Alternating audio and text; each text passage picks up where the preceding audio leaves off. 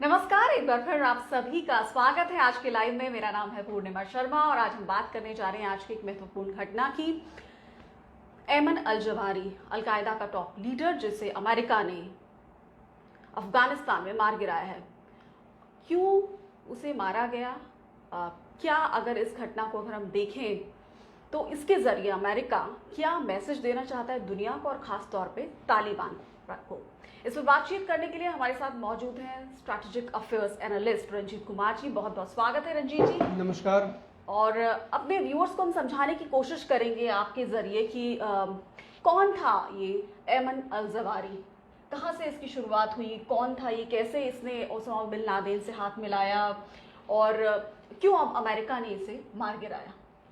देखिए, एमन al Zawahiri al Qaeda का मुखिया था, अलकायदा का सरगना था और ओसामा बिन लादेन के 2011 मई में मारे जाने के बाद वह उसका उत्तराधिकारी बना और अलकायदा का प्रमुख बना। देखिए, एमन अल जवाहिरी मिस्र का रहने वाला है। मिस्र में उसने इस्लामी शरीयत कानून के आधार पर शासन व्यवस्था बहाल करने की तमन्ना की थी, लेकिन वहाँ कुछ कामयाब नहीं हो पाया। वह मध्य एशिया के देशों में गया और वहाँ से फिर अफ़गानिस्तान में जब तालिबान का शासन 90 के दशक में स्थापित हुआ तो वह अफ़गानिस्तान में अपने को काफ़ी आरामदेह महसूस, काफ़ी अच्छा महसूस करने लगा कि वहाँ पर उसे सुविधाएं मिलेंगी। उसके सपनों के अनुसार देशों में इस्लाम को फैलाने की का जो आंदोलन वो चलाना चाहता था, जो जिहाद चलाना चाहता था, उसमें सुविधाएं अफ़गानिस्तान में मिलेंगी क्योंकि तालिबान का शासन उसे समर्थन प्रदान कर रहा था। तो अफ़गानिस्तान में रहते हुए वह ओसामा बिन लादेन का दूसरे नंबर का साथी बना। ओसामा बिन लादेन के साथ मिलकर के उसने 2001 में 9/11 का जो आतंकवादी हमला न्यूयॉर्क और वाशिंगटन पर हुआ उसे अंजाम देने में कामयाबी पाई। और उसके बाद वह जब अमेरिकी सेना ने अफ़गानिस्तान के विभिन्न तालिबान के विभिन्न ठिकानों पर, अलकायदा के ठिकानों पर जब मिसाइली हमले किए, हवाई हमले किए, तो वह किसी तरह भाग करके पाकिस्तान चला गया और तब माना जाता है कि तब से वह पाकिस्तान में ही छुपा हुआ है और पाकिस्तान में रह करके वह अपनी अलकायदा की गतिविधियां चलाता रहा है। जी, काबुल में उसे मार गिराया गया है और जिस जगह उसे पनाह मिली थी, ये कहा जा रहा है कि तालिबान ने उसे पनाह दी थी अफगानिस्तान में। और इसके जरिए ये भी एक सवाल आता है कि कैसे अमेरिका को उसके ठिकाने का पता चला। इसको इस संदर्भ से भी जोड़ के देखा जा रहा है कि जो पाकिस्तान जिस संकट से जूझ रहा है, चाहे हमने हाल ही की खबरें देखी कि जनरल बाजवा ने अमेरिका से मदद मांगी। इस पूरी, अगर हम जितनी भी हमारे पास खबरें आ रही हैं उन्हें जोड़कर देखा जाए तो क्या किस तरह से आप एनालाइज कर रहे हैं पूरे घटनाक्रम को? देखिए, जैसे 2011 मई में ओसामा बिन लादेन को खोजने में पाकिस्तान की सेना ने अमेरिका की मदद की, उसका ठिकाना बताने में अमेरिका को मदद की और अमेरिका ने वहाँ पर हेलीकॉप्टर भेज करके अपने कमांडो सैनिक भेजे और फिर उस पर ओसामा बिन लादेन की गोलियों से उसकी हत्या कर दी। उसी तरह अल जवाहिरी का भी पता ठिकाना बताने में बताया जाता है कि पाकिस्तान की सेना ने मदद की। पाकिस्तान इन दिनों गंभीर आर्थिक संकट के दौर से गुजर रहा है। आपने सही कहा, पाकिस्तान की सरकार को भारी विदेशी मदद की ज़रूरत है और कहीं से उसे मदद नहीं मिल रही।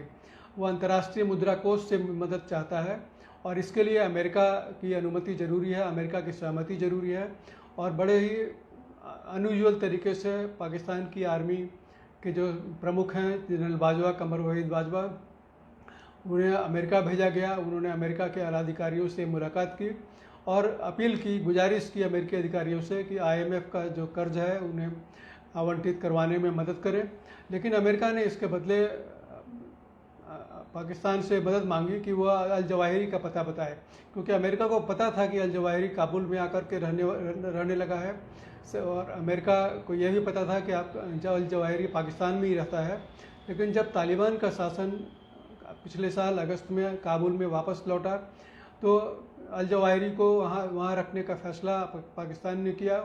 वहाँ पर तालिबान की सरकार का संरक्षण उसे मिला और तालिबान ने उसे पूरी सुविधाओं के साथ अपने यहाँ रहने की इजाज़त दी। तो वहाँ से अल जवाहिरी अलकायदा की गतिविधियाँ संचालित कर रहा था और वहाँ से वो वीडियो संदेश जारी किया करता था। उसने कर्नाटक में जो विवाद चला हिजाब को लेकर के, उस पर भी वीडियो संदेश जारी किए और कई तरह भारत में लोगों को भड़काने की कोशिश की। तो अल जवाहिरी भारत के मामलों में भी हस्तक्षेप कर रहा था, दखल दे रहा था। तो अल जवाहिरी का मारा जाना अंतर्राष्ट्रीय समुदाय के लिए तो बहुत ठीक है ही, भारत के लिए भी एक स्वागत योग्य बात है। लेकिन देखना यह होगा कि अमेरिका ने अल जवाहिरी को किस तरह मारा। अमेरिका ड्रोन, CIA कहते हैं ड्रोन स्ट्राइक से, और बहुत ही गुप्त तरीके से उसको मारा गया, और कोई कहते हैं इसके अलावा नहीं मरा। अमेरिका ने उसके जो कोऑर्डिनेट्स हैं, जहाँ पर रहता था वो, उसके कोऑर्डिनेट्स का पता पाकिस्तान से लिया, उस मकान का पता पाकिस्तान से लिया जहाँ वो रहता था। क्योंकि काबुल पर इस समय हक्कानी नेटवर्क का राज है, प्रभुत्व है, बोलबाला है। और हक्कानी नेटवर्क पाकिस्तान की ISI द्वारा पैदा किया गया है। हक्कानी नेटवर्क तालिबान का एक प्रमुख घटक है। तो हम ये कह सकते हैं कि हक्कानी नेटवर्क को पाकिस्तान की हक्कानी नेटवर्क के लोगों ने पाकिस्तान की ISI को ज़रूर इसकी जानकारी दी होगी। ऐसा हो ही नहीं सकता कि पाकिस्तान की ISI को पता ही नहीं हो कि अल जवाहिरी कहाँ छिपा कर रखा गया है। तो पाकिस्तान की सेना को, पाकिस्तान की ISI को इस बात का पूरा पता था कि अल जवाहिरी कहाँ छिपा कर रखा गया है। और उसके पता ठिकाना बताने के बाद अमेरिका ने ड्रोन से उस पर नज़र रखी। वो कब अपने घर की बालकनी में बाहर निकलता था, इस पर लगातार उस पर निगरानी रखी गई। और एक दिन अचानक जब देखा गया कि वो बाहर निकल कर के खड़ा है, तो उस पर हवाई हमले किए गए, हेलफायर मिसाइलें दागी गई और मिसाइलों से अचूक निशाना लगा करके उसे वहीं मार गिराया गया।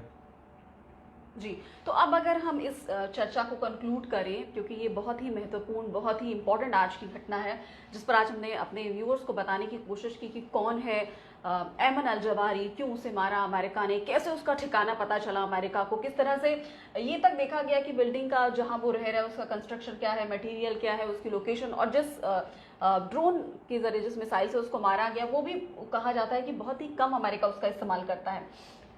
तो रंजीत जी, अब इस पूरी जो आज की घटना हुई है, इसके जरिए अमेरिका क्या मैसेज दे रहा है?